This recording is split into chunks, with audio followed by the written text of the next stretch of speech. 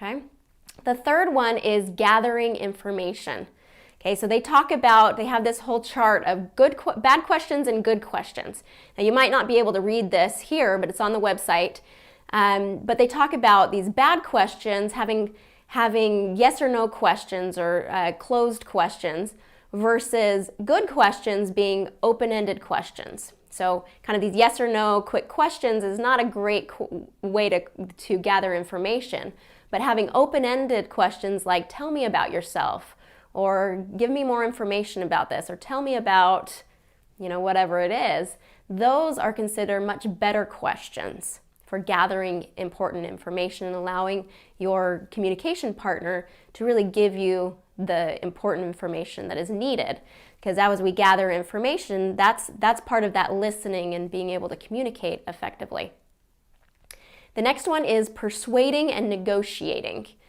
Now, there's a huge section on this persuading and negotiating, but one piece of this is talking about a book called Influence, The Psychology of Persuasion by Professor Robert Cialdini. I'm not sure if I'm pronouncing that correctly.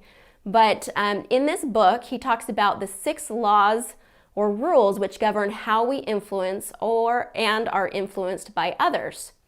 Okay, so these 6 laws, he goes through each of these, is the law of scarcity, the law of reciprocity, the law of authority, the law of social proof, the law of commitment, and the law of consistency.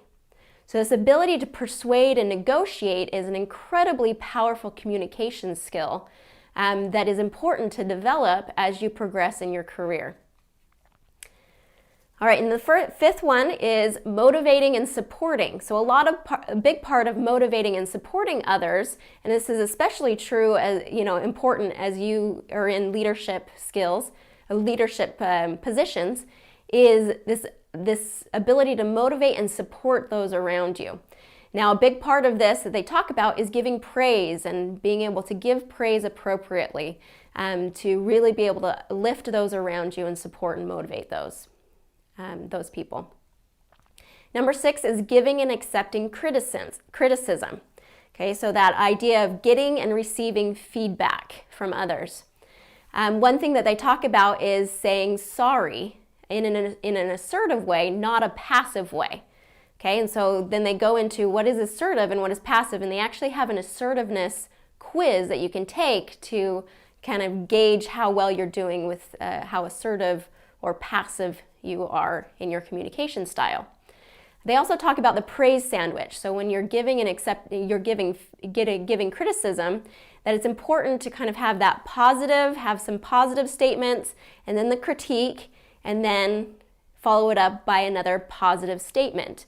And as you create this praise sandwich, then your communication partner will receive that criticism much better.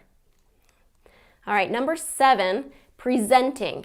Okay, we've talked a bit about presenting and presentation skills, and they go into even more depth on presenting. So I was really excited to be able to find this resource for you to get more information about very effective presentation skills and how to develop more of those presentation skills.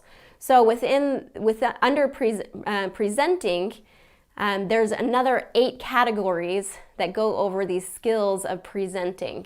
So I want you to really dive into that and see how some of these, body language and your speech and your practice, how you can use all those to further enhance your presentation skills. All right, and then the final one is phone skills. Okay, they talk about this more, the phone skills that they talk about on the website are more in connection with an interview setting, and kind of how to prepare and what to do to create a more positive and be more prepared and create a more positive experience as you're speaking on the phone with people. Now, these same skills can apply in interview situations, but also in phone conferences and teleconferences that I know many of you are a part of. So those skills can definitely apply in those situations.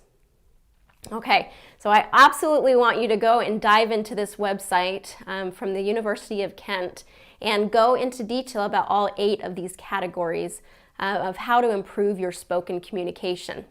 Now, as a review, let's remember that especially as we've just gone over some of those areas of communication skills, let's go back to this definition. Effective spoken communication requires being able to express your ideas and views clearly, confidently, and concisely in speech, tailoring your content and style to the audience and promoting free-flowing communication. Okay, and I know that as you go through the skills and the tips and the research and things and start to apply those important skills in your life and in your communication with others, that you will see a dramatic improvement in your interactions beyond just improving your accent. Okay, so remember that communication skills can be divided in two different categories. There's what you say and there's how you say it. Okay, we've really focused on the how you say it through this course, and you've really grown and developed in the way that you've been able to pronunciate and use that rhythm of English. Make sure that you're really clear and concise in how you're saying what you're saying. Now I want you to really dive into thinking about what you're saying and the skills that you're using in the way that you're communicating with others. Okay? I know that as you go through and you really analyze and look into these ideas of communication skills beyond your accent, that you will find great success in your career, in your life, socially, as you use these important communication skills. Okay? Go ahead and do that, and I'll see you again in the next video.